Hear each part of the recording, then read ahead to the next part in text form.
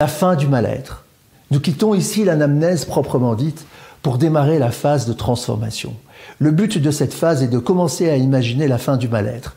Nous venons de questionner le mal-être, comment il est constitué, ses causes, ce qui le réactive, et maintenant nous allons passer à la possibilité qu'il ait une fin.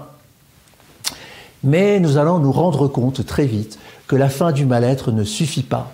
Si on imagine que son mal-être enferme la personne dans une cage, alors la fin du mal-être ouvre la cage.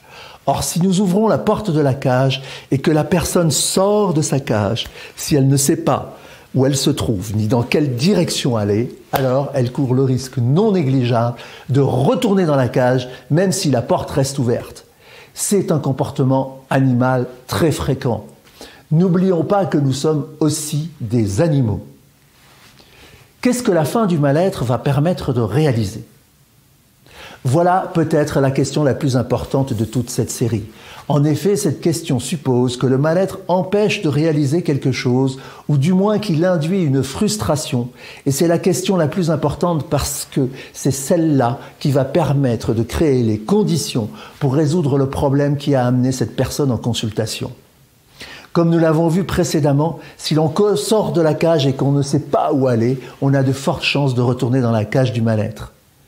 Cette question va permettre à la personne de commencer à imaginer ce que va être sa direction de vie, vers quel objectif de changement elle va pouvoir se diriger, car une chose est sûre, si la vie de la personne s'est résumée à tourner en rond dans une cage, il est sûr que la solution ne se trouve pas dans la cage.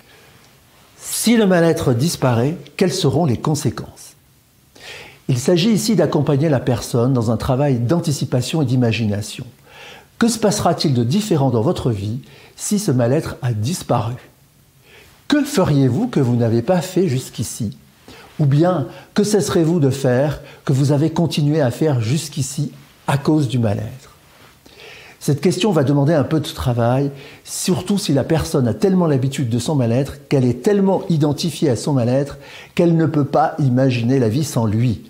C'est un point extrêmement important.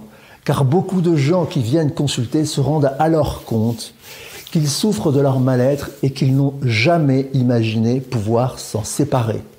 Ce qu'on cherche à faire, c'est commencer à induire l'idée que c'est la réalisation de quelque chose de nouveau, d'un projet de vie nouveau ou d'un changement dans l'existence qui aura pour conséquence d'éliminer le mal-être. Les conséquences positives ou négatives de la fin du mal-être. Il s'agit ici de commencer à questionner les conséquences du changement ou du projet imaginé par la personne. Cela permet d'éliminer certaines idées trop irréelles ou trop compliquées. Cela a aussi la vertu de solliciter l'imagination et surtout de développer la capacité d'imaginer les conséquences aussi bien positives que négatives d'une décision, d'une action, d'un projet, d'un changement. Nous préparons la phase suivante qui va consister à définir un objectif et à travailler sur cet objectif et en particulier sur son réalisme et sa bonne formulation. Cette question est une sorte de filtre à éliminer tous les objectifs possibles qui seraient inappropriés ou avec trop de conséquences négatives pour la personne. Une autre vertu de cette question, c'est d'obliger la personne à considérer que la fin de son mal-être est acquis, qu'il y aura un objectif à atteindre et que celui-ci aura des conséquences. Cela décolle l'attention de la personne du mal-être pour la poser sur ce qu'il adviendra une fois que celui-ci sera éliminé.